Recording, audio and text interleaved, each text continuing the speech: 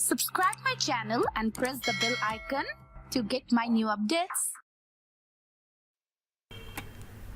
আসসালামু আলাইকুম ভিউয়ার্স, ঢাকাইয়া রান্নাঘর অ্যান্ড কার্ভিং আপনাদের স্বাগতম। আজকের আয়োজন থাকছে কাঁচকলা দিয়ে টিকিয়া কাবাব। স্বামী কাবাবকেও আমার এই কাঁচকলা টিকিয়া হাড় বানাবে। আমার নিজস্ব গাছের কাঁচাকলা, এটা দিয়ে আমি আপনাদের শাহি টিকিয়া করে দেখাবো। আমি 8টা কলা নিয়েছি, এভাবে বোটা থেকে কেটে নিব। আর মিডিয়াম সাইজের আলু নিব 8টা। আর মেজারমেন্ট কাপের 1 কাপ মুসুরি ডাল নিব। এটাকে আমি ঘন্টাখানেক আগে ভিজিয়ে রাখবো। যখন মুসুরি ডালটা ভিজে যাবে তখন আমি ভালো করে মিহিন করে বেটে নিব। আমার এই কাঁচা কলার টিকিয়াটা অসাধারণ, স্বামী কাবাবকেও হার মানায়। যেহেতু আমার নিজের জন্য করছি তাই একটু বেশি করেই দেখাচ্ছি। 3-4 মাসের জন্য আপনারা এই কাঁচা কলার টিকিয়া বানিয়ে ফ্রোজেন করে রাখতে পারেন। শুধু ভাজার সময় আধা ঘন্টা আগে বের করে ভেজে নেবেন। এখন আমার কাঁচা কলার আর আলুটা সিদ্ধ হয়েছে কি না এটা আমি একটু চাকু দিয়ে দেখব। হ্যাঁ, আমার আলু সিদ্ধ হয়ে গেছে, কলাটাও সিদ্ধ হয়ে গেছে। দেখে নেবেন যে আলু আর কাঁচা কলাটা সিদ্ধ হয়েছে কিনা।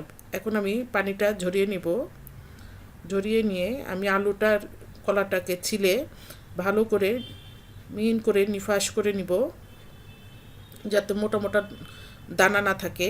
মেজারমেন্ট কাপের 2 কাপ পেঁয়াজ কাটা নিব। পেঁয়াজগুলো একটু মিহিন করেই কাটবেন। মেজারমেন্ট কাপের 1 কাপ ধনিয়া কুচি নিব। 1/4 কাপ কাঁচামরিচ কুচি নিব। কাঁচামরিচটা আপনাদের টেস্টের উপর ডিপেন্ড করবে। যদি ঝাল হয় তাহলে কম নেবেন, আর যদি কাঁচামরিচটা ঝাল কম হয় তাহলে একটু বেশি নেবেন। 2 টেবিল চামচ লবণ নেব। লবণ দিয়ে এখন আমি এই পেঁয়াজ, কাঁচামরিচ আর ধনিয়া পাতাটাকে ভালো করে একটু ডোলে মিশিয়ে নিব। তারপরে দিয়ে দিব ম্যাগি মশলা 3টা।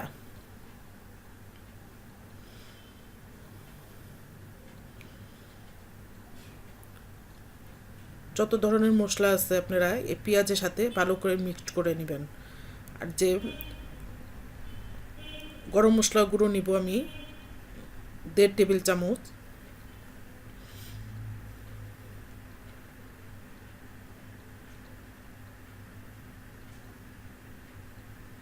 ধনিয়া গুঁড়ো দিব 1 টেবিল চামচ।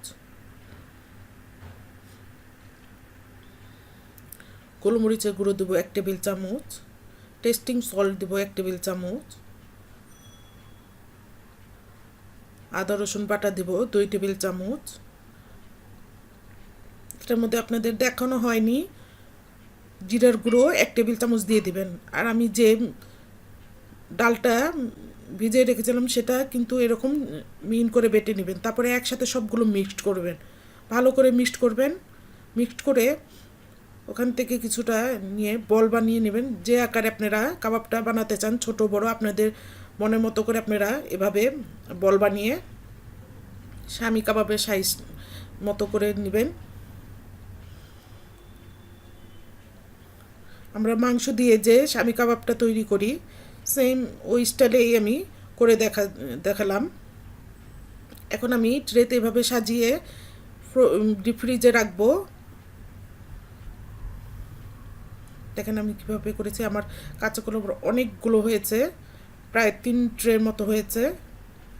এখন আমার টিকাগুলো বরফ হয়ে গেছে। আমি বের করে ট্রে থেকে একটা চাকু দিয়ে এরকম উঠিয়ে নিচ্ছি।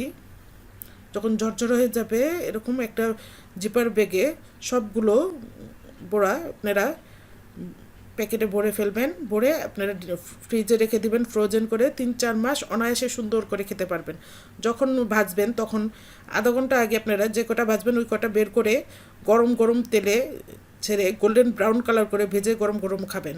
অসাধারণ আমার এই কাঁচা কলার টিকা। স্বামীয়া কাবাবকেও আমার এই কাঁচা কলার টিকা হার মানাবে। দেখেন আমি বের করেছি। এখন তেলটাকে ভালো করে গরম করব, তারপর এই টিকিয়াটাকে ছাড়বো। ঠান্ডা তেলে কখনো টিকিয়াটা ভাজবেন না, কারণ ফ্রোজেন করা জিনিস ঠান্ডা তেলে দিলে ওটা ছেড়ে দেওয়ার সম্ভাবনা থাকে, টিকিয়াগুলো ভেঙে যাওয়ার সম্ভাবনা থাকে। টিকিয়াগুলো ছেড়ে মিডিয়াম আঁচে গোল্ডেন ব্রাউন কালার করে ভাজবেন।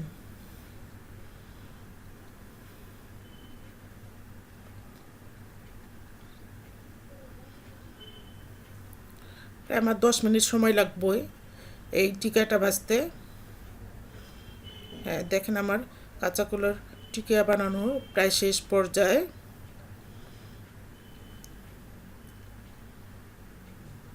এখন আমি আপনাদের উঠিয়ে দেখাবো কীরকম একটা কালার হয়েছে, গোল্ডেন ব্রাউন কালার। এই কালারটাই করবেন।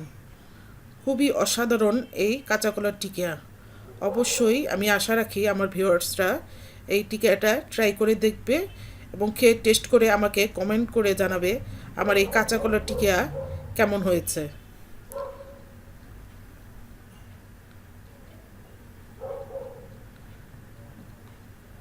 এখন আমি আপনাদেরকে সুন্দর করে পরিবেশন করে দেখাবো।